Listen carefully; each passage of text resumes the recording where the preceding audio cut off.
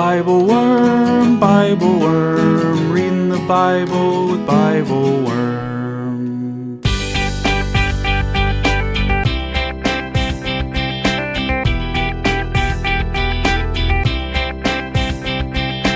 Welcome to BibleWorm, getting to the core of the biblical text. I'm Dr. Robert Williamson, professor of religious studies at Hendrix College and the founding pastor of Mercy Community Church in Little Rock. And I'm Dr. Amy Robertson, director of lifelong learning at Congregation Or Hadash in Sandy Springs, Georgia. We're here every week to discuss the biblical text, both as biblical scholars and as people of faith, one Jewish, one Christian. This week, we begin Season 3 of BibleWorm by going all the way back to the beginning of creation as told in Genesis 1:1 through 2:4a. We talk about the amazing generosity of God who not only creates, but beckons forth the creativity of others, humans, animals, and the earth. We discuss the creation of humankind in God's image and ask what it means to have dominion over a creation that God has called good. And we marvel at the Sabbath command, which sanctifies time and gives us divine permission to rest. Welcome to Season 3, everybody. Let there be BibleWorm.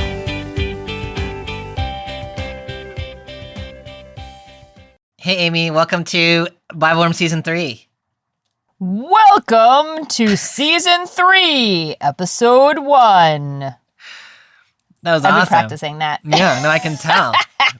All summer long, Yeah. baby. Do you look in the mirror and practice? Or do you just, I guess you don't need a mirror if you're just on a No, podcast. I have an outfit I put on. I have a whole outfit, so I look more like I should be the voice of God.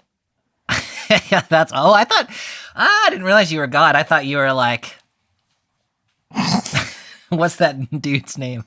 You know, the guy that says the things on the... Come on down. Yeah. You're the next Johnny, contestant. was that his name? No, Bob Barker was his name. No, Bob Barker's the host. Johnny is the come on down guy. Oh, that's right. You're right. Yeah. You're right. Anywho, so welcome to Season 3 of BibleWorm. Can you believe we're already in Season 3? It seems like we just started this thing last week and also 20 years ago. It does. Well, you had a New Year's resolution that we should talk more. And That is exactly how that happened. Yeah. Having a Bible podcast. And now we talk all the time. We do. Yeah. So we haven't talked in 2 months because we've been on hiatus. And so it seems like our whole relationship is BibleWorm these days. But that's cool. That's cool. That's cool. That's good. Yeah, that's good. We'll take it. That's good. We'll take it. We'll take it. Yeah. Yeah, we begin again at the beginning. We do at the very beginning. It's a very good place to start. How does that go? Begin at the very beginning. Was right. Oh, yeah. Copyright. Yeah, we're beginning. We always begin at the beginning, but we never begin at the very beginning. We always begin so far in Genesis chapter 2, verse 4, which is the Garden of Eden, that creation story. This year, we actually get to start at the very, very beginning in Genesis chapter 1, verse 1. And in the beginning is the actual words. It's just so exciting. Yeah. So in a sense, we've talked about the creation every, September since we started doing this. But this time, it's a little bit of a different conversation. Yeah.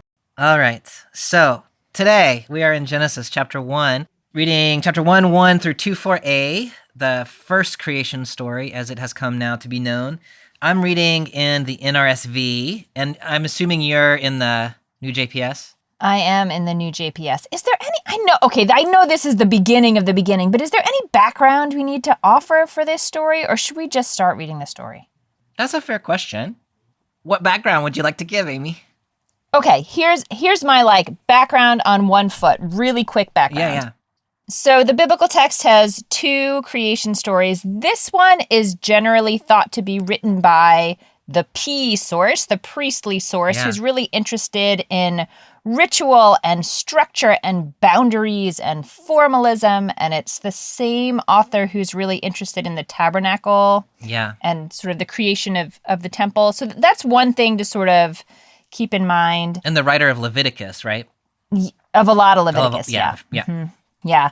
The other thing that comes to mind for me is whether there's any ancient Near Eastern context we should offer, or... Well, here's what comes to mind for me. Yeah. There are several ancient Near Eastern creation stories that are a story of sort of overcoming primordial chaos, but they always end in creating a temple. And the temple is often placed on top of this like stone that like all the chaotic waters are pushed down into the earth, and the temple is on top of the stone. So like if you move the temple, they might pop back out again. Yeah. And I just think that's a really interesting background to have in mind during some of this story, where we also start with this primordial chaos, but then things take a little bit of a different turn. They do. Yeah, they do take a little bit of a different turn. The story you most often hear this Genesis 1 compared to is the Enuma Elish in the Babylonian tradition, where Marduk kind of triumphs over the chaos goddess, the saltwater goddess Tiamat, and becomes the ruler of all the gods. Okay, so here we are then in Genesis chapter 1, and picking up in chapter 1, verse 1.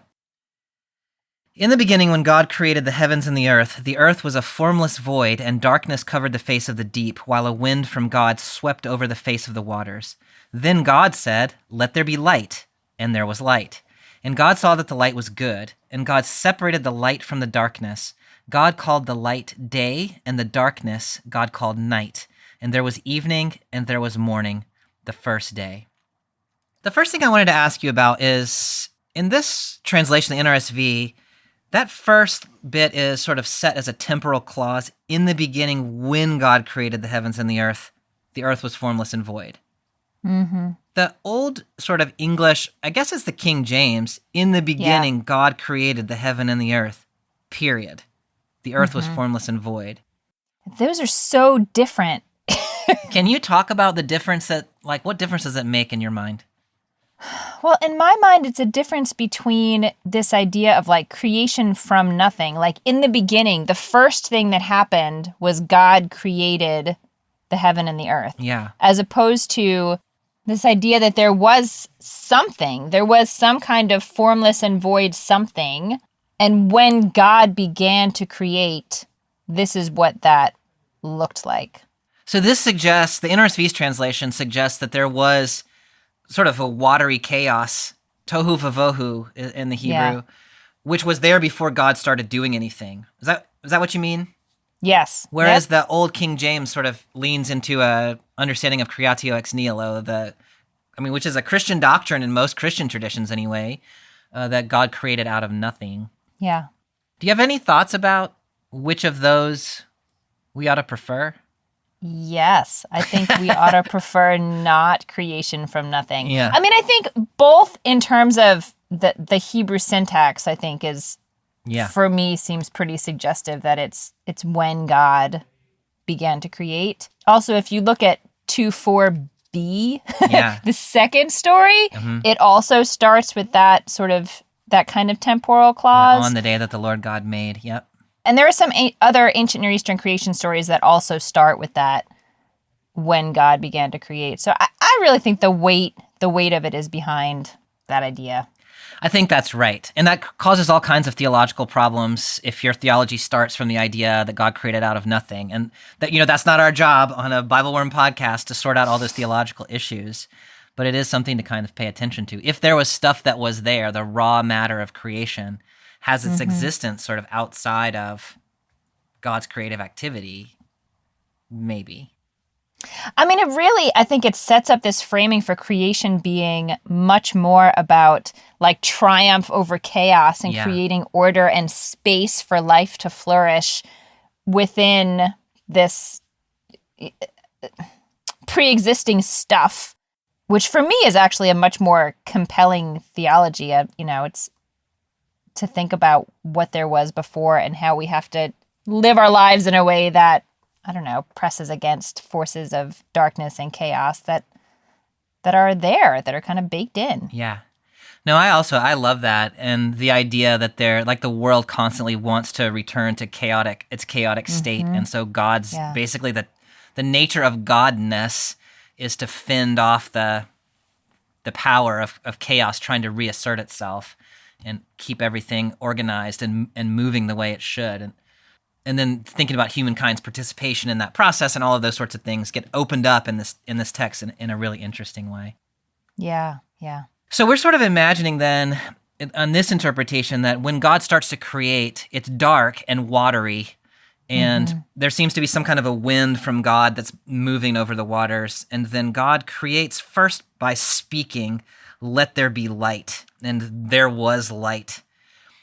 And then by separating, so once the light is there, God then separates light and darkness. So speaking and separating, those seem to be the kind of the modes by which God creates in this text. Any thoughts about that sort of speaking creation into being? That's such an interesting question. You know, when I was reading through the creation story this time around, for some reason I was really struck with the idea of God as an artist. Yeah. And so now thinking of like the speaking aspect of artistry, I'm picturing like a production, like a director, I'm not really answering your question, but I do. No, it's so but interesting. I think it's a really interesting, I don't know, it's a really interesting image to me. To me, this, we've read the last 2 years, the Genesis 2 story where God's like down in the muck, getting God's hands dirty and like fashioning human beings out of clay. This is like God, like I can't picture where God even is in this story, right? It's like God is beyond or outside of or all throughout or something. And then the speaking, and then whatever there is responds to God's voice. It's such an interesting, like when God speaks, like things do, there's this kind of responsiveness of creation or something like that. Yeah. Yeah, no, I like that a lot, and I think that's really true. I mean, you can't even quite picture that God has a body, whereas in the other story, God's like walking around in the garden. Now, here for the first time, we get God calling things good, and this is going to be a repeated theme, as you know, throughout this text. Here it's the light that's called good. And so I don't know if that says anything about, like, the thing that God created was light, and God calls the created thing good. God does not call the darkness good, which I don't know if that has anything at all to do with anything. But what do you make of this, the notion that God is calling things good, and what God is calling good here? First, I want to underscore your sort of point about darkness. Like, I think the darkness they're describing is not just the absence of light. Like, it feels to me like the dark, chaotic force that existed before. And so that's being sort of pressed to the side. And I don't know, I'd always thought of it as like the differentiation between those two things as good. But you're right, it says God saw that the light was good. Yeah. What do you make of that? I don't really know. And I should say up front that I get really uncomfortable, as I'm sure you do as well, in this sort of like light and dark and good and not good, and the sort of racial way that can be and has been applied. And I'll just say I don't really know how to avoid that in the reading of this text. And so I just want to name that that reality and the discomfort of it. Yeah. I mean, the way that I read this is that the things that are there before God starts to create, God is not calling those things good. God is calling good the things, the order that God brings, the things that God introduces into creation, which doesn't necessarily mean the things that were there before were bad. It just means they weren't good, right?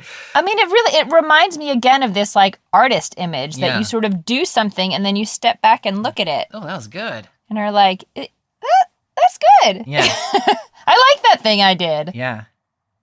All right, so the end of the first day, we have light and darkness that have been separated now into day and night. My students always notice that we have day and night here, but we don't have the sun and the moon until the fourth day. And so, we're in some other realm than like scientific description of how the universe works. Is there anything else we should say about that? I mean, I actually was wondering if there's a Christian reading of this, a Christian interpretation of this text that has the creation of the light as, I don't know, something Christian. Well, yeah. So, I mean, there's a Trinitarian reading of this text. And so, the light is not the first place that one would go. You would probably think of Creator God, Spirit as the wind hovering over the waters, Word spoken by God as Jesus, who is going to be called the Word in John. But that text in John also uses the idea of the light shines in the darkness and the darkness will not overcome it. And so I think there's an easy connection, and maybe the author of John actually is making that connection to the light here related to the to the Christ figure in some way. I mean, the Jewish reading of it is that there's some sort of like primordial light that is too overpowering for living creatures, and so it's sort of a light that we'll come in contact with again, in the world to come, but it winds up being tucked away and can't coexist with the creatures. Oh, I see. So in that reading, then the light that we experience is not this is light. not that light. That light actually does come from the sun. The light that we that we that would be that reading. Yeah, the light that we experience during the daytime is sunlight, whereas there is this primordial light that's created right here, but we don't. Oh, I love that. I had not heard that tradition. There are seriously so many Jewish interpretations and stories based on this chapter. Like, we could easily, and you'll kill me, so we won't do this, but we could spend an hour talking about these 5 verses if I told you all the stories. Yeah. There's so much. Another day. I hear a special episode right there in the works. Special episode. Yeah. Okay, so we need to move on from day 1, and we're going to move a little more quickly. Like, first thing is just so fascinating, and there's so many issues that arise there. So here I'm going to read days 2 and 3. And God said, "Let there be a dome in the midst of the waters, and let it separate the waters from the waters." So God made the dome and separated the waters that were under the dome from the waters that were above the dome. And it was so. God called the dome sky, and there was evening and there was morning, the second day. And God said, "Let the waters under the sky be gathered together into one place, and let the dry land appear." And it was so. God called the dry land earth, and the waters that were gathered together he called seas, and God saw that it was good. Then God said, "Let the earth put forth vegetation, plants yielding seed, and fruit trees of every kind on earth that bear fruit with the seed in it." And it was so. The earth brought forth vegetation, plants yielding seed of every kind, and trees of every kind bearing fruit with the seed in it. And God saw that it was good. And there was evening, and there was morning, the third day. Okay, so on day 2, we've got all this just watery mess. And so God puts a dome there.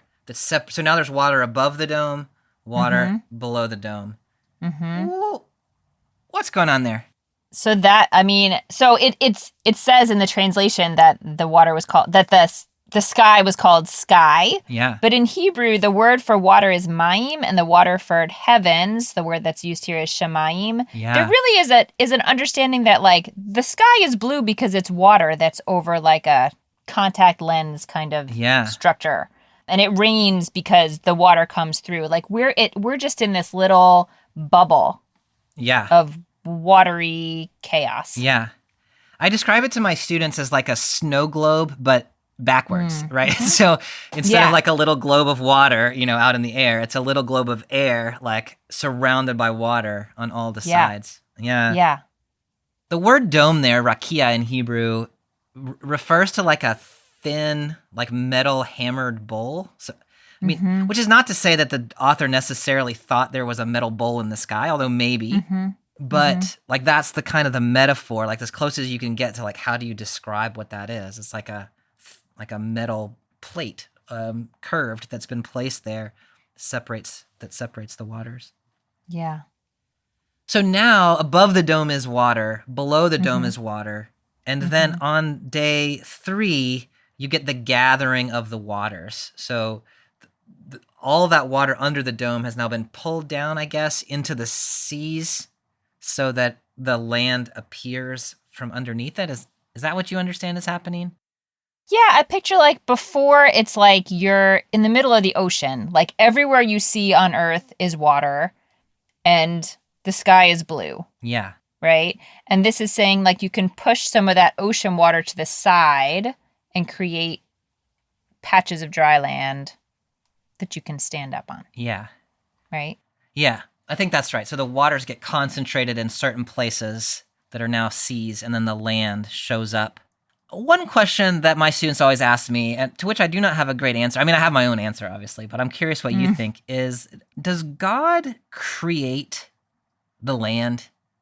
here. Hmm. The waters get pulled together and the dry land appears. I don't know. I mean, it doesn't seem like it. What? I don't know. That's also my answer, is that the sort of plain, I'm a biblical literalist. Like, I read everything, Yeah. everything as literally as possible. And the literal reading of this text is that the land was there under the water. God pulled the waters down and the land appeared. And so God has sort of created the possibility that land could become habitable, whereas previously it was just underwater, not habitable by humans anyway. And so I think that, to me, that's right. There was already land covered by these chaotic waters, and God has now organized the chaos in such a way that the dry land is available to people. Yeah, like creating space for the possibility of other things. Yeah. I have a question for you about day 2. Oh yeah, sorry. So we have this dome, we have the waters above the dome, we have the waters below the dome. There was evening and there was morning, a second day. Yeah. And it's not called good. Nothing called good. No, that's right. Why? Well, God's going to call 2 different things good on day 3. So God makes up for it. God does make up for it. Yes. So the dry land is called good, and then the plants, the production of plants is also called good. I don't know. It's a really interesting question, what you're saying about the lack of anything being called good on day 2. The closest that I can come is in my own sort of framework of the things that God made happen being the things called good. The only thing God really does on day 2 is put a dome in the sky. So but I mean, that's not nothing.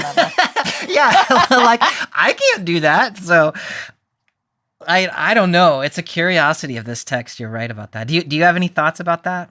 I mean, I don't have my own thoughts about it. I have someone else's thought and then one observation. The other person's thought belongs to Rashi, who's an 11th century Jewish interpreter. And he says, because God's not done with this work of separating water from water, that carries over from day 2 to day 3. I see. You have to wait till you're done doing the thing before you can say it's good. So the first good of day 3 is also encompassing day 2's goodness. Oh yeah, I like that. Way to go, Rashi. I like that. Yeah, right? That was good, Rashi. You should write a book. And the other observation is just, we won't dig far into this, but the priestly source in general in this text and in the temple text is really lays it on real thick with patterns of 7. Yeah. And so it's interesting to me that there's 7 days and God says it was good 7 times, but it's not one time each day. Yeah. There's a real abiding commitment to the 7s. Yeah, that's so interesting. And the numerology of this text is fascinating. And, we don't have really time to get into it, but the ways in which this text is structured with those repetitions and then also with the number of words in the passage, there's all kinds of things. You could go deep on that. Deep. Yeah. We need to we just need to have a Jewish interpretation of Genesis 1 day. Party. On the podcast. Yeah, let's do it. We're going to do it. In our spare time. So on day 3, we get the separation and the land appears. And then the role of the earth here, in verse 11, God says, let the earth put forth vegetation. And then in verse 12, the earth brought forth vegetation. I just find that really interesting, the way that is written. It's not like God plants trees on the earth, right? God doesn't dig a hole and put a seed in. It's that God beckons the earth to put forth vegetation. And then somehow, we don't really know how, the earth puts forth vegetation. What do you do with that sort of, the way that story is told, creation of plants? I mean, it again reminds me so much of the patterns of speech in the description of the tabernacle, just as God commands, Moses does. And it repeats exactly like God said, do this. And they did this. Yeah. There's a very, you could call it satisfying, you could call it obsessive compulsive, a little of both. but I mean, I guess I hadn't thought that much about the mechanism by which it happens. I mean, I see it as the earth is a creature of God in some ways. Like the earth is obedient to God's voice in a way that we might not think of inanimate objects being able to do. So it has the capacity for obedience to God's voice. I love that. And also there is an inherent creative capacity in the earth. So when God says, put forth vegetation, the earth has the capacity actually to do that. And so it seems like the relationship is God beckoning forth that which the earth has the capacity to do, but has not yet been able to do because it hasn't been called forth. You know, it's a character in the story who has creative capacity, not by itself, but it has creative capacity that can be called forth by the God who is the creator. I love that. And I love it also in the way that we were talking about the pre-existing dry land, but the dry land couldn't do anything until sort of the situation was created such that it could function in this new way. And the idea of calling forth the land to produce vegetation, like that's what it needed, you know, as opposed to this idea that like God as the creator is doing all the stuff and everyone else is a passive part of it. That you're right. The earth is called to do it and it can because it's called. So then you get this really interesting sort of notion in this text from the very beginning that God's way of creating, I mean, on the one hand, like big and powerful, like let there be light and there was light. But also part of the way God creates is to make the space in which other beings can exercise their own creative power. Yes. That is beckoned forth by God's voice. I love that way of reading this text. Yeah. Hi everyone, my name is Tom Harris and I'm the pastor of Govans Presbyterian Church in Baltimore, Maryland. And I'm a BibleWorm supporter at the virtual worm level. Every week I get to begin my sermon preparation by listening to the BibleWorm episode for the upcoming text. I choose to listen to BibleWorm because the text-based interfaith dialogue between Bobby and Amy is so unique. I preach to a highly educated congregation who come to the text with diverse theological perspectives. So Bobby's and Amy's interfaith dialogue is a great primer. I also appreciate their passion for social justice and reading the text in light of contemporary social concerns.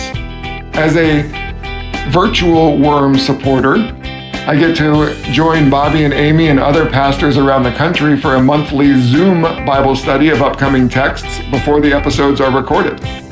This allows Amy and Bobby to be more in tune with some of the questions their listeners bring to the passage in their particular contexts. So I hope you'll consider becoming a supporter of BibleWorm. You can find out more at patreon.com/BibleWormPodcast. So thanks for listening, and now back to this week's podcast.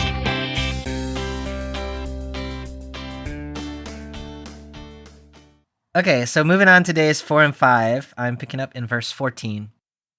God said, "Let there be lights in the dome of the sky to separate the day from the night, and let them be for signs and for seasons and for days and years. And let them be lights in the dome of the sky to give light upon the earth." And it was so. God made the two great lights, the greater light to rule the day and the lesser light to rule the night, and the stars. God set them in the dome of the sky to give light upon the earth, to rule over the day and over the night, and to separate the light from the darkness. And God saw that it was good. And there was evening, and there was morning, the fourth day. And God said, "Let the waters bring forth swarms of living creatures, and let birds fly above the earth across the dome of the sky." So God created the great sea monsters and every living creature that moves of every kind, with which the waters swarm, and every winged bird of every kind. And God saw that it was good. God blessed them, saying, "Be fruitful and multiply, and fill the waters and the seas, and let birds multiply on the earth." And there was evening, and there was morning, the fifth day. Okay, so day 4, we get the creation of the lights in the sky, the sun, the moon, the stars. Where would you start us thinking about the significance of that creation? I mean, so the first thing that comes to mind is just that it's not only the sun and the moon and stars, but it's like time. Yeah. Like, whereas before in this undifferentiated, whatever we want to call it, the mass of chaotic waters, there was, I don't know if there wasn't time or it was just there was no way to track time or to feel the passage of time. But this is like a whole other dimension. Yeah. This feels really big. Yeah, no, I think like that a is big day of so creation. important, and I think especially for Christian readers, I think who don't mark time in quite the same way. Like our liturgical year is sort of connected to the life of Jesus more than it's connected to the movement of seasons. And so I think it's easy for readers like me to miss what you're pointing out there. But the reason the moon and the sun are there is to distinguish day from night, and the reason the stars are there is to show you what season it is, what time of the year it is, and what both like are we supposed to be planting or harvesting, and Right. what festival are we supposed to be celebrating. Yeah. I think that I love that. What do you think about the fact that plants come before the creation of the sun? That's a really nice question. On the one hand, I think this sort of reaffirms the fact that we're not reading a scientific description of the beginning of the world. We're reading a poetic. Sure. Maybe that goes without saying. I know it goes without saying to you. No, but it's always worth saying. It's always worth saying. The other thing, one way some people have read this text is that days 1 through 3 are the creation of the environment. Days 4 through 6 are the populating of those environments. So first you get the heavenly realm created, and then you get the sky and seas created, and then you get the dry land created, 1, 2, 3. And then you get the celestial bodies on day 4, and then you get the birds and fish on day 5, and then you get the earth creatures on day 6. Interesting. If you read the text, and then day 7 stands outside of creation as the Sabbath day. If you read it that way, I mean, the only thing you would really do with that is to say that plants here are being understood as plants are part of the environment in a way that animals are creatures that populate the environment. Yeah. Not that plants don't have their own importance, right? Yeah. But it's a different kind. They're not creatures in the same way in this text as birds, fish, and animals, and humans. They're not given a command other than they're not really given a command other than the earth is commanded to bring them forth. So that's what I do with this. What do you do with it? I mean, the other thing that occurs to me is that I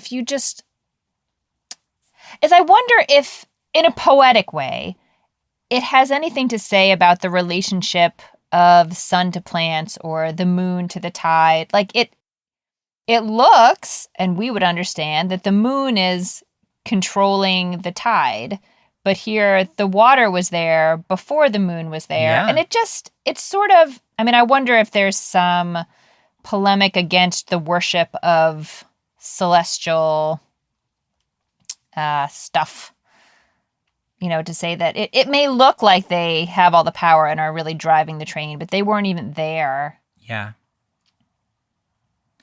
I think there's something to that, and I've not thought of that in terms of the plants quite in the way that you've connected it here, but I have thought about that in terms of the conversation we were having earlier about the fact that there is light before there's a sun. And then you say it's not that the sun is the god who gives you light. This is not Shamash, the Akkadian sun god. This is just the sun, and God is the source of light. Yeah. I think you're right. The heavenly bodies here are timekeeping devices. They are not they don't make They're not the good source. things. Yeah, they're not sources themselves. Yeah. So when we get into the next day and we start creating the swarms of creatures in the waters. Yeah. That, like when I was reading through it this time, I was like, that's a weird move. Like all of a sudden I'm going to, it just seems like you're reintroducing chaos into this lovely system. You've just cleared out all this space and now you want creeping things? Why would you want creeping things? You just cleared out all this space. Yeah. And especially because the first thing created is the great sea monsters. Which it doesn't say the sea brought forth great sea monsters exactly. That's right. Well, God says, let the waters bring forth, but then it said God created the great sea monsters. Right. Yeah. That's right. So, and then we struggle with Leviathan all the way through in various ways through the Hebrew Bible. And I like that. You look at this moment and you think you could have just left that out. Yeah. I guess that would have made for a boring It'd be a Bible. terrible story. Here's your empty sea. We wouldn't be here to read it. Yeah. I know. But it does make sense. This is one of those things where you'll hear me say from time to time, and the Bible makes more sense if you read it from the ground up instead of the heaven down, which is the question, like, why would God do that, often runs you into a dead end. But the question, why would someone write a story in which God does that, often opens up all kinds of things. So we do have a sea with all kinds of creatures in it, and we do have chaos in the seas that kind of scare people. And so why is that? Well, here it is. God created all that too. Yeah, and then gives them the imperative to keep reproducing. Yeah, so here we have God giving the first instruction. I mean, God has sort of instructed, like, let there be light, and instructed the earth to bring forth. But here we get an actual command, like an ethic of living or something, that God gives to the fish and the birds. Be fruitful, multiply, fill the waters, and fish fill the waters, birds multiply on the earth. What do you make of that being God's first command? I mean, in some ways, it stood out to me earlier when it talks about the creation of plants that there's a lot of emphasis on seed-bearing plants. Yeah. Which to me just fits right in with this. Like, there is a built-in mechanism or system or, I don't know, importance on the idea that I'm going to create the first ones of these, but then this system has to be able to keep itself going. Yeah. I'm not going to, create each individual one forever and ever. Yeah. Amen.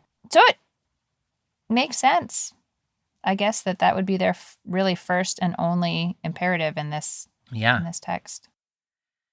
I think that's right. And I think that relates back to what we were saying earlier about the earth being called to put forth its creative energy. Here in not exactly the same way, but in a similar way, the fish and the birds are being called to be creators, like to create life in the way that they are able to. They can't do it without God's empowerment and invitation, but they can do it now on their own, and they're told to. I'm really taken by this idea of the God who is like really the God on high, the God who is, up in the heavens and speaking, but is also empowering parts of creation to really co-create. Like, God's creating the new stuff, but then sort of like starts the plate spinning and then says, okay, you keep that one going and I'm going to start another one. That's right. Pretty amazing. Yeah, Terence Fretheim did a lot of work on that idea in Genesis, that God is a God who starts out seeking partnerships from the very beginning and is not exercising power independently, autonomously over, but inviting co-creators all along the way, from the earth to the birds and the fish now, and we'll see it again. Yeah. Okay, day 6 is a big day, especially for those of us who live on the land, which is probably why this is my anthropocentric reading of Genesis 1. It's all pointed toward me.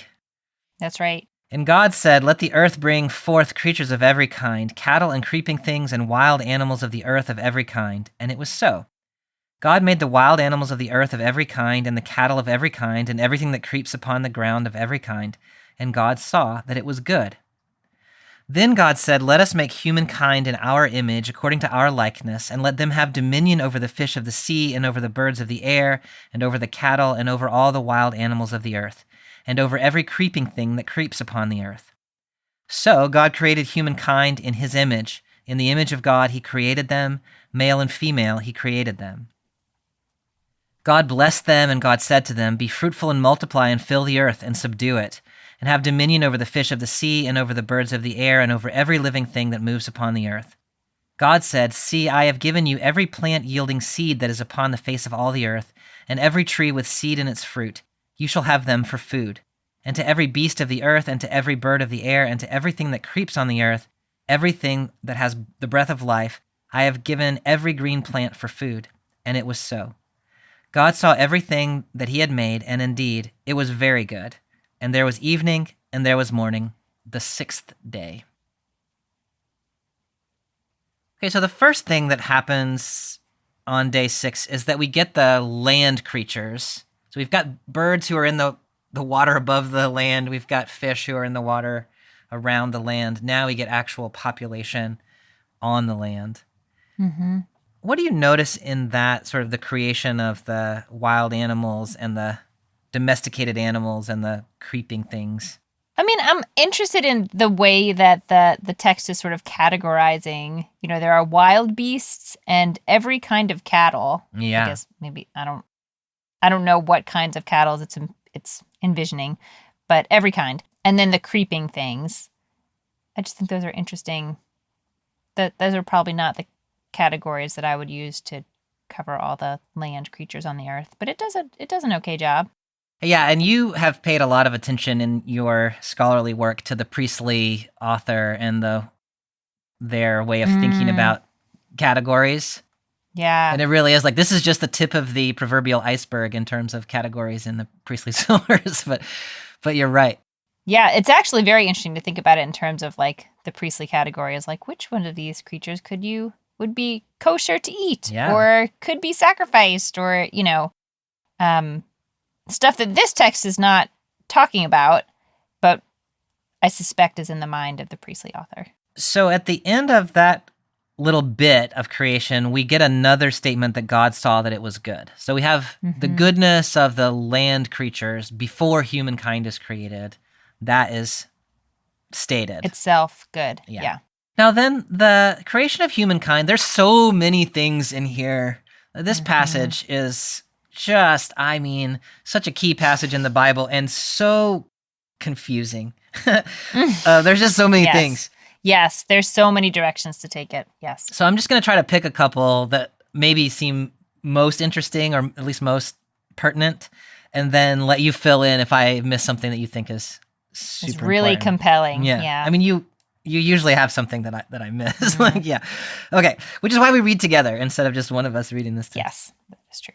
The first thing that everybody always wants to talk about is right at the very beginning in verse 26, let us make humankind in our image according to our likeness. As far as we know, there's only one creature in the world, right? Well, one divine being in the world right now. Who is the our in your understanding? I mean, my first answer is I don't know. My next answer is, some kind of group of angels or lesser divine beings that are in some kind of divine council that God is talking with. And I don't know why, but for some reason that question has never been a super compelling one to me. What do you do with it? Well, in my mind, as a Christian reader of this text, you need to have an answer. Because if you don't have an answer, then it's going to be the Trinity, which is a very fine Christianizing reading. Like, I don't mean to discredit that as a way of reading it as a Christian. You have to know what you're doing when you do that. So the our in Christian interpretation is usually understood as Creator, Spirit, Christ, which we already saw. We already talked about the Creator, the Word, and the Spirit, the breath. So it's often read that way. But then to go back and say, look, the author of this text was not a Trinitarian. And so before it was a Trinitarian something, it was something else. Right, it meant something. Yeah. And so we can, you can argue about which one of those is primary, secondary, whatever, but it's got to be something else. To me, I think probably the most compelling is that this text is imagining not a true monotheism in which God is the only divine creature, but that there are lesser gods or angels, if you want to use that term, that just haven't been mentioned in the text. And so God is sort of consulting the other divine beings at this point. Yeah. To me, that seems fairly reasonable. The other thing that scholars sometimes notice is the word for God in this text is Elohim, which is plural in its grammatical appearance. And elsewhere, just a couple, normally it takes singular verbs, but there are places in the Hebrew Bible where it takes plural verbs. And so it could just be that word Elohim is a little fluid in whether it's, grammatically speaking, singular or plural. Yeah, I mean, it's interesting that, that you mentioned maybe there are these other divine beings that just haven't been mentioned. This creation story doesn't tell us anything about God, like the nature of God, the origin of God, like what is this whole this divine system that's sort of in the background here that like it's assumed to exist but not really described. So what you're saying makes a lot of sense. Like it doesn't lay out, here's the deal. Yeah. Which, by the way, is an interesting in comparison to like the Enuma Elish and other texts like that. Those are very much interested in theogony, like where do the gods Yes. come from? This text Yeah. has no interest in that whatsoever. God That's is right. and always has been as far as this text is concerned. That's right. That's right. The other bit of that verse, the creation of humankind in God's image and likeness. What do you take that to mean? Oh, I was going to ask you that question. I mean, so the way that it is usually interpreted in communities that I have been a part of is that it has to do with the inherent dignity of every person. Mm-hmm. But in the I don't object to that reading. In the context of this story, what rises up for me is more about, is it something about the role that humans are going to play? Because humans are about to be given like oversight of this whole system. Now it is very theologically concerning to me to say like humans are like God on earth, you know. But I that is the first thing that rises to my mind reading this text and seeing the verse that will come in just a minute. Is that the idea of dominion? Is that where you're headed? Yeah, that's where I'm headed. Yeah. I think that's right. And in the ancient Near East, in the Mesopotamian texts, the king is often referred to as being the image of God on earth. Yeah. So God's emissary, carrying out God's functions on earth. And I think that's an entirely reasonable, and in my mind, maybe the best way of understanding this. And especially in line with what you're saying, where they get the command in verse 26 and again in verse 28 to have dominion over the earth. That dominion, obviously, that's a royal kind of exercise of power, which we can talk about in just a second. Mm-hmm. But I think that's right. Human beings are being viewed here as sort of the image, the presence of God on the earth, and given the capacity then to have dominion, to exercise God's power, which is an enormous responsibility. Like this text has a very high view, I think, of the role of humankind. The other thing that it's doing relative to the Babylonian texts say is it's not saying the king is God's representative, it's saying humankind. So there's sort of a democratization, to use a anachronism, but it's a more general understanding that every person is in some way God's representative on the earth. Yeah, I like that a lot. I like that comparison to the ancient Near East version for that reason. We get in verse 27 the statement that God created humankind in God's image and that God created them male and female. Mm-hmm. That verse has been used in all kinds of ways. Is there anything about that seems relevant to BibleWorm purposes? I mean, I don't even know all the ways that verse has been used. My first thought was that, speaking of sort of from the perspective of a female, that it seems more sort of egalitarian. It's not like the second creation story where first there's a man, but he's lonely, so they take part of his rib and make a little friend for him. And then I started thinking about folks who are non-binary or gender non-conforming and what it means to say male and female. But then as I read the sentence, male and female, God created them, that actually sounds like, if you think of it as describing one person, male and female, God created. I know that's not how it's usually read, but it seems like there could be some fruit in there. Yeah, there's actually an ancient Jewish tradition, I think, that says that the first human beings were androgynous or multigendered. I don't know quite how you think about that. They were both male and female, and in that sense, And then in Genesis 2, they're separated into the binary, but their natural kind of way of being is non-binary, which I think is really an interesting opening. And it's not. This is not like a modern. No, that's a very ancient. Yeah. That's one of the many, many Jewish stories that come from this text. But yes, that's got ancient roots. Now, the command that human beings get then in verse 28, on the one hand, we get the same command that the animals got: be fruitful and multiply and fill the earth. Then we get additional commands: and subdue it and have dominion over the fish of the sea and the birds of the air and every living thing. Yeah. And so human beings, on the one hand, have the same responsibility as animals, which is to be fruitful.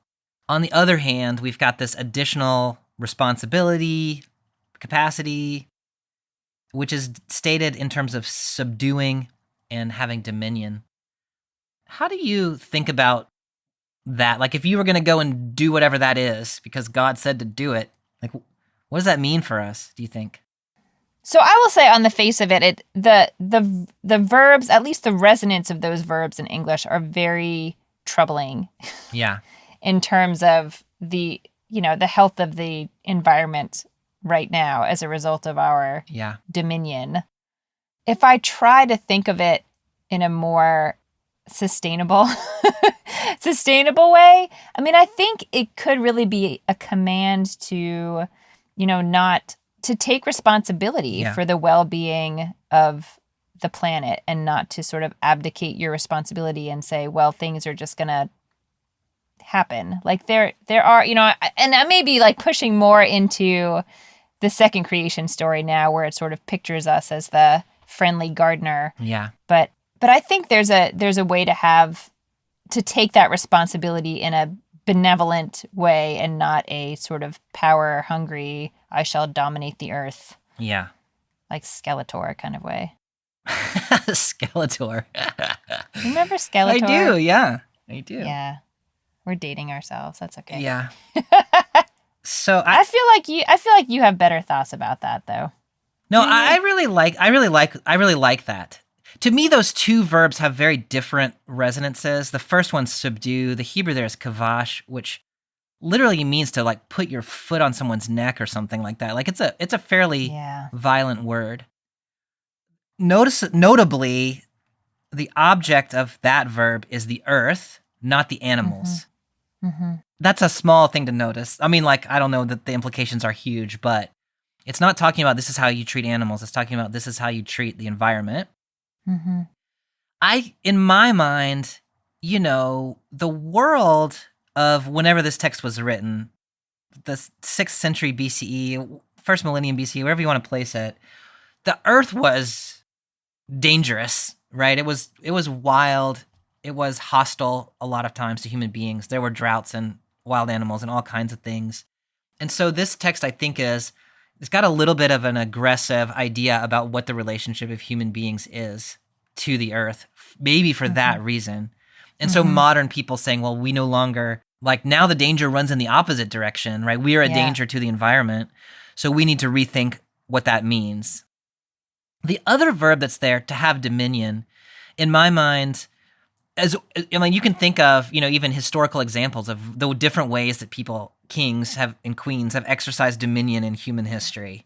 And there are some benevolent ways of exercising dominion, and there are some tyrannical ways of it. And so this doesn't really specify. But one imagines that what's being said here, especially after the image and likeness bit previously, is that human beings, I think, as you were saying, ought to exercise dominion over the earth in the ways that God would exercise dominion over human beings, right? We want to be exercisers of good authority, not tyrannical authority. Mm-hmm. Sometimes this passage is connected to Psalm 72, where there's a prayer for the king, and the prayer is that God might have you exercise dominion, which looks like defending the poor, delivering the needy, crushing the oppressor. It's a very much a looking out for the common good kind of a way. Mm-hmm. So maybe we could read it that way. I'm not sure exactly what the text intended us to read. We never know, really. But I think there is an opening here to read it as we should be good stewards. Mm-hmm. We have responsibility to be good stewards of the environment. Yeah, I would agree. Power and responsibility. There's a lot more that one could say about this little bit of the text, but the one thing that's always stuck out to me is God does not describe the creation of human beings as good. But in verse 31, God says, God saw everything that he had made, and indeed it was very good. So human beings are not singled out as good, but human beings are sort of caught up in the goodness of the whole of creation. Mm-hmm. Any thoughts about that? It's interesting. Jewish interpretation on this really focuses on the idea that all of creation is described as very good, and this awareness that humans have all kinds of flaws. Yeah. And is it possible that those flaws are sort of are included in that goodness? And what are the ways that our greediness might motivate us to work harder, or our jealousy might motivate us to, whatever, things that there's nothing in creation that is purely bad. Yeah. But that doesn't really answer your question about why humans are not singled out as good. To me, the sort of environmentalist way of reading that is to say this text is reluctant to describe human beings as good in and of ourselves. But our goodness lies in our proper relationship to the environment to which we are inherently connected and over which we've been given dominion. And so to the extent that we exercise dominion in ways that are productive and good for the whole of creation, we're part of that goodness. But we should not think that just because we were given that task, that whatever we do is good. Right? We're only good in that proper connection. Yeah, I can imagine some way of thinking about, in some ways, balancing out the power that humans are given by withholding the praise at that moment. Yeah. To work for it a little harder. Okay, that brings us to the seventh day, which picks up in chapter 2, verse 1. Thus the heavens and the earth were finished, and all their multitude. And on the seventh day, God finished the work that he had done, and he rested on the seventh day from all the work that he had done. So God blessed the seventh day and hallowed it, because on it God rested from all the work that he had done in creation. These are the generations of the heavens and the earth when they were created. Bobby, why is the rest part of the story? God doesn't create anything on this day. Yeah. Haha, I asked you before you asked me.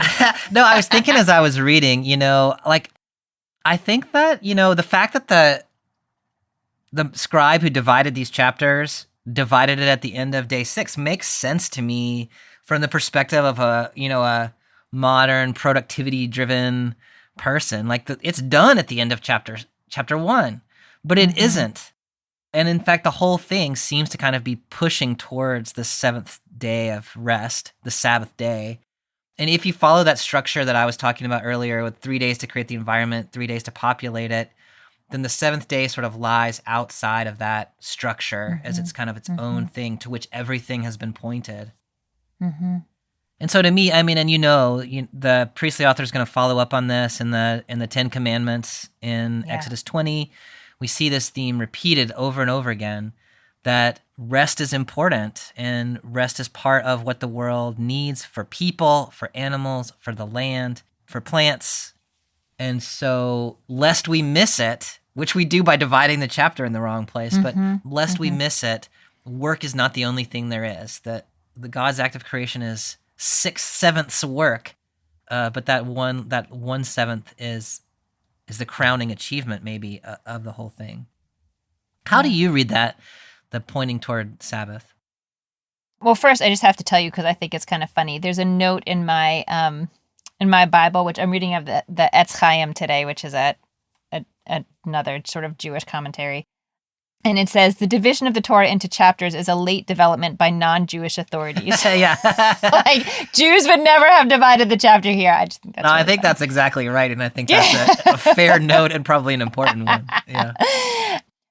I think it's making me think about, again, sort of this idea of when you create something, all of that creation is sort of pointless if you don't also build into the system time to just sort of be with that creation and appreciate that creation and let it exist without continuing to mess with it constantly. Yeah. And that is very hard for at least modern humans to do, I think. But I also think about, the climax of a lot of other creation stories are about building a temple. And the idea that we don't get a temple at the end of the story, we get Shabbat. Yeah. And there's a Jewish philosopher named Abraham Heschel who talks about the Sabbath as sort of like a palace in time, like a temple in time, Yeah. that you have created something magnificent and it is set aside and it's holy, but it's kind of a wild idea that we can imbue time with the Yeah. kind of holiness that a palace or a temple would have. But I feel like that's what this is doing in I some love way. that. And so to go all the way back to the beginning, where you were saying that in other ancient Near Eastern cultures, the palace is often, or the temple is often built to sort of subdue the power of chaos from re-entering into the world. Yeah. Then Sabbath sort of takes on that role. Like the observance of the Sabbath is the thing that keeps the world from coming undone, or at least it's one of the things. Would you Right, go it's there? like the brick on the sewer cover. Yeah. Like, you have to have something on there. Yeah. It's just a huge statement. It's not just you should take a day off to rest. Yeah. It's like cosmically Yeah. this is necessary. The world will come apart if you don't rest. Yeah. Yeah. I love that. And the other thing you were making me think is like God also pauses at the end of, God does a thing on a day and says, that's good. And then there's evening and morning, right? So there's a night.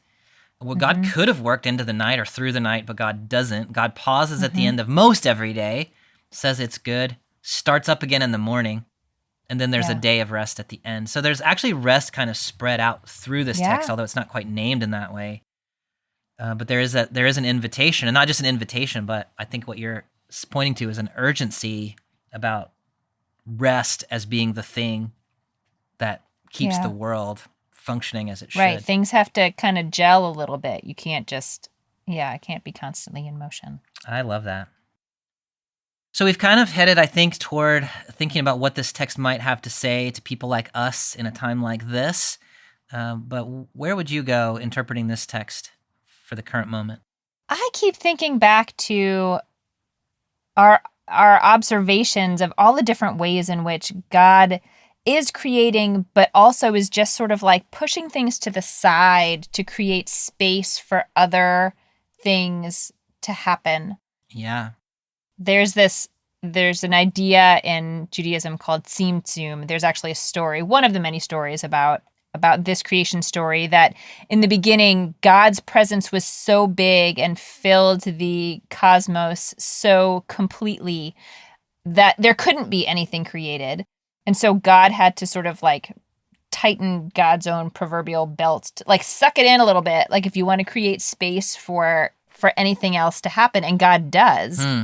But I don't think I had quite seen it as clearly in this story until this reading through, the extent to which there are other creative forces happening, and God is enabling those things to happen by putting in boundaries, by saying you need to stay over there so that something else can happen here. And it makes me think about, the forces of chaos is a little bit of a dramatic statement for it, I think. But thinking about congregational life, the ways in which if we just let things unfold however they will, whose voices and whose needs become sort of clear and dominant and, can sort of overtake the direction of the community, and whose do we not hear? And it's really difficult as community leaders, I think, to hold boundaries and try to create space for other people and tell people to stand back for a moment to see if anyone else wants to take the floor. But I don't know, that's thinking about that and thinking about God as an artist are the two things that are rising up for me right now. I love that. My spouse and I were talking a couple of weeks ago about the tendency people have to try to make things better by adding things to what they do. And that some of the greatest things, like the example was a balance bike. My daughter rides a balance bike. Do you know about a balance bike? It's like a bike that has it doesn't have pedals, right? So she learns how to ride, and then she hopefully doesn't ever have to have training wheels. But that was an example of something that was improved by taking something away that seemed necessary. And that kind of reminds me of what you're saying about the need to kind of cut back sometimes in order to let other things happen. To let other things open up. The last bit of what we read in verse 3 of chapter 2, it ends with, So if you translate it literally, it's very awkward. You should not translate it literally. But it says something like, on the day, God ceased from all God's work, which God created to do. Which don't translate it that way because it's a big mess. But Jewish tradition seizes on the fact that it ends with, like, God created to do. What God did was create something for us to do. Like that we are active co-creators in the next step. And we have a big to-do list. And I don't know, this story just opens up so many ways in which we and the earth around us and the creatures around us are continuing the work of creation. I love that. I love where you ended there. And to me, that's kind of where my head goes in this text, is thinking about what's the role of human beings in our relationship to the world that we live in kind of that bigger picture. And you're pointing to, this text in which God is an artist and God is a creator, but God is also an empowerer of the creative capacity of others. And it's not just humans, and maybe not even mainly humans, but all the way from the beginning where the earth is empowered to call forth plants, and she calls forth plants, and the animals are given commands, and people are invited to reproduce and also to share dominion with God. Like, this is a world of creative capacity, which is at its best when the creativity of others, both human others and non-human others, is called forth and nurtured rather than being beaten down. Yeah. And so when we got to the end and we were reading about, what does it mean to have dominion over the earth?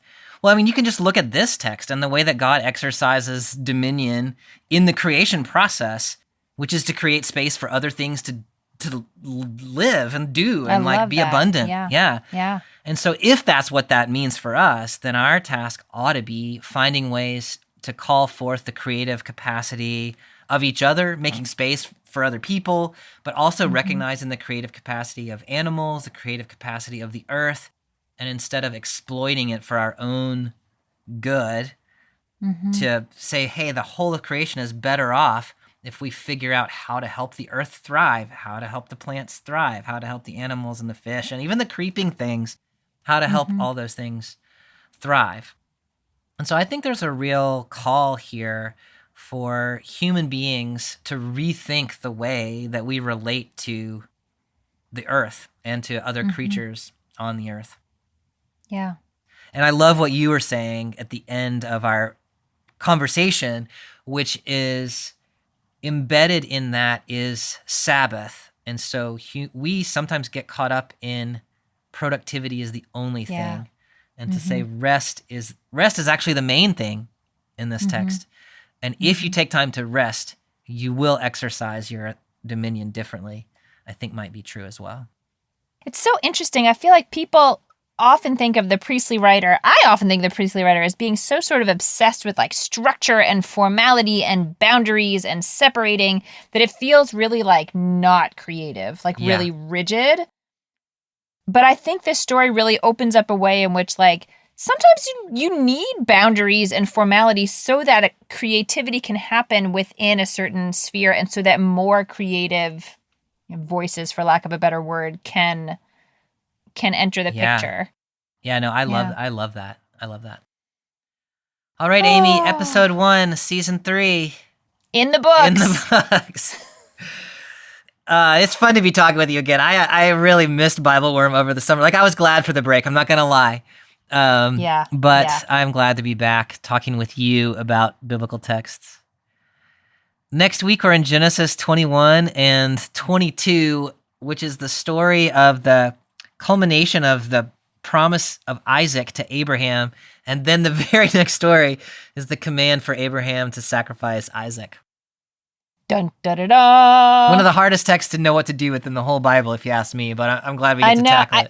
And it's the text that we read at Rosh Hashanah, like the Jewish New Year, the High Holy Days. So there is much wrestling with this text. Well, that's good, because I think Christians, by and large, avoid this text as much as we can, or else we say, hey, look, he's carrying his own wood, and that sounds like Jesus. Which, I mean, fair enough, but there's a lot more that one can do. And so I'm looking forward to talking about that. Yeah, with you. That sounds great. All awesome. Right. See you next time. See you next time. Bye. Bye.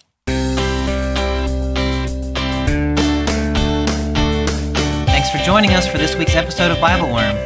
If you've enjoyed this free podcast, we hope you'll help us keep it going by joining our Patreon for as little as $4 per month. You can also sign up for other goodies like early access, video lectures, weekly liturgies, and more. Visit patreon.com/BibleWorm podcast for details. BibleWorm is produced by Bobby Williamson and edited by Joel and Laura Becker. Our theme song is sung by Colin Bagby. We're grateful to our many supporters for helping us to keep the podcast going. A special thank you to our executive producer, Fox Valley Presbyterian Church in Geneva, Illinois, and to our newest sponsors, Sarah Strong, Ann Apple, and Wes Dunbar. Join us next week when we'll be discussing Genesis 21, 1-3, and 22, 1-14, the story of God commanding Abraham to sacrifice his son Isaac. Until then, keep on digging.